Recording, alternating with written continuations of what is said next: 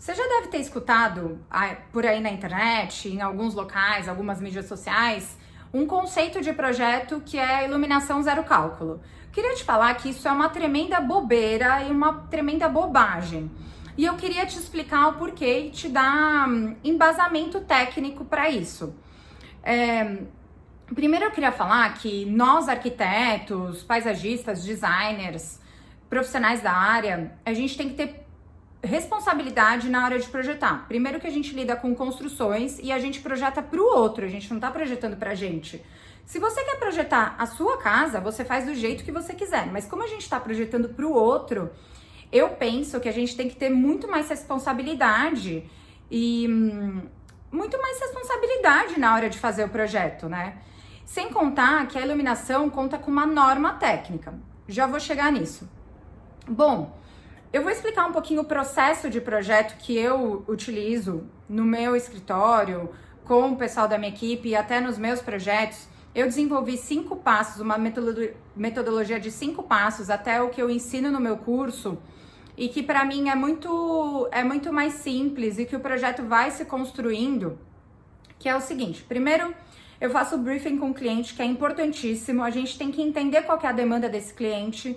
Por exemplo, às vezes o cliente é mais idoso, ele precisa de 2 vezes mais iluminação, quantidade de luz e luminância numa sala, num quarto, enfim, naquele projeto, do que se o cliente fosse adolescente, por exemplo. Então a gente tem que entender qual que é a demanda daquele cliente, qual que é a atividade que vai ser exercida naquele local. Às vezes a sala é uma sala de estar, e você faz uma iluminação mais cênica. Às vezes não, aquela sala vai ser uma sala de leitura, então você precisa de uma iluminação mais alta, de um fluxo luminoso maior. Então você precisa entender quais são as demandas. Eu gosto muito desse exemplo, eu sempre dou porque eu acho que é muito fácil de entender. Mas, por exemplo, às vezes a sua cozinha é uma cozinha social, você recebe amigos, uma cozinha gourmet, você gosta de fazer um risoto, então você não precisa de uma iluminação como se um cliente fosse um cliente que cozinha todo dia, que cozinha para fora, como se fosse uma cozinha industrial. Você concorda que tem que ser tratado diferente? A mesma coisa da sala. Depois você analisa o projeto de interiores, que também é importantíssimo você saber quais são os revestimentos, quais são as cores daquela casa. Cor mais escura absorve a iluminação, cor mais clara reflete a iluminação, então você precisa entender isso. Às vezes o teto é escuro, isso impacta muito no projeto luminotécnico, então você precisa entender. Depois você tem que fazer eu tô falando rapidamente só para vocês entenderem o processo. Você faz o conceito do projeto, a conceituação do projeto luminotécnico, define a luminária e a lâmpada, o tipo de lâmpada ou o módulo de LED, porque hoje em dia a gente trabalha muito com módulo de LED. Às vezes a gente muda isso, né? Define primeiro a lâmpada, depois a luminária, enfim. E por último faz o cálculo, faz a simulação, que é muito importante para saber se aquele tipo de luminária, aquele tipo de lâmpada vai atender a sua demanda, que a gente falou lá no começo. E como você faz esse cálculo, né? Bom, primeiro que você pode fazer à mão, muitas pessoas fazem à mão, porque já tem prática. Ou você pode fazer com planilhas facilitadoras, tipo uma planilha de Excel, você só vai substituindo os valores.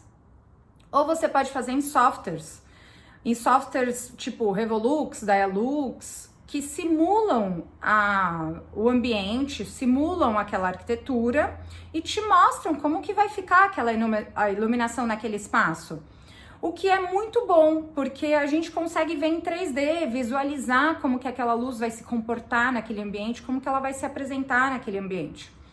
Eu acho muito prático e muito melhor, porque você, não deu a iluminância correta daquela área de trabalho, você troca a luminária, enfim. Como eu mencionei, na iluminação existe uma norma que é a 8995, mas que ela remete a áreas de trabalho. E ela está em vigor desde 2013 e desde então foi excluída as áreas residenciais. Mas a gente pode fazer uma correlação com algumas, porque na casa a gente tem alguns ambientes técnicos, né? Tipo, cozinha, um home office, às vezes você tem na sua casa. Então a gente pode fazer uma correlação com essa norma. Porque nessa norma ela indica qual que é a iluminância desses espaços e qual que é o grau de ofuscamento. Então, por exemplo, numa área de trabalho, você precisa de 500 lux com o GR22. Já numa cozinha, você precisa de... o GR19, desculpa. Já na cozinha, você precisa de 500 lux com o GR22. Enfim, você pode fazer essa correlação com a sua residência. E aí você vai construindo o seu projeto, vendo qual que é a iluminância que você quer, enfim. Algumas pessoas fazem o cálculo errado. Por quê? Uma forma simples de explicar lux é que lux é lumens por metro quadrado, mas é só para você explicar como que é isso, porque lux é a quantidade de luz que chega numa superfície. Só que isso, algumas pessoas interpretam de uma forma errada. Por quê? A lâmpada emite luz e isso é medido em lumens. Aí algumas pessoas pegam esse lumens e dividem pela área. Isso é totalmente errado. Por quê? Vou dar um exemplo. Você pega uma sala de 2x1, só que ela é toda branca com pé direito de 2,5. E você coloca uma lâmpada de 500 lumens.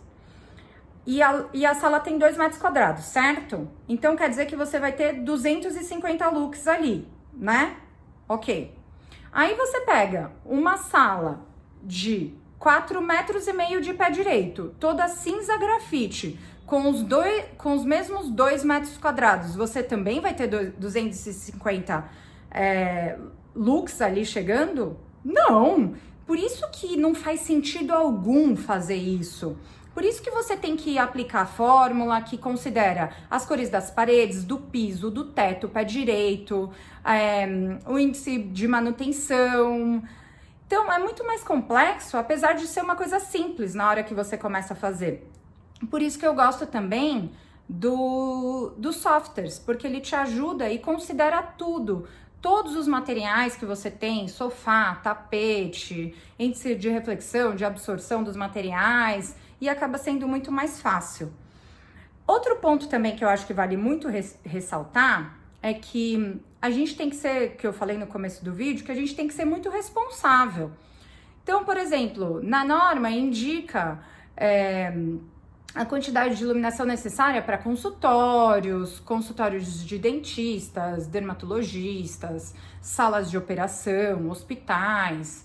Imagina se você pega e faz um projeto errado num consultório ou numa sala de operação e na hora que o médico está operando, ele não enxerga direito e ele comete um erro médico. Entende? Então, por isso que eu falo que a gente tem que ser responsável e esse negócio de cálculo zero, vamos fazer a iluminação por, dobra aqui, divide ali, não faz sentido e tá totalmente errado.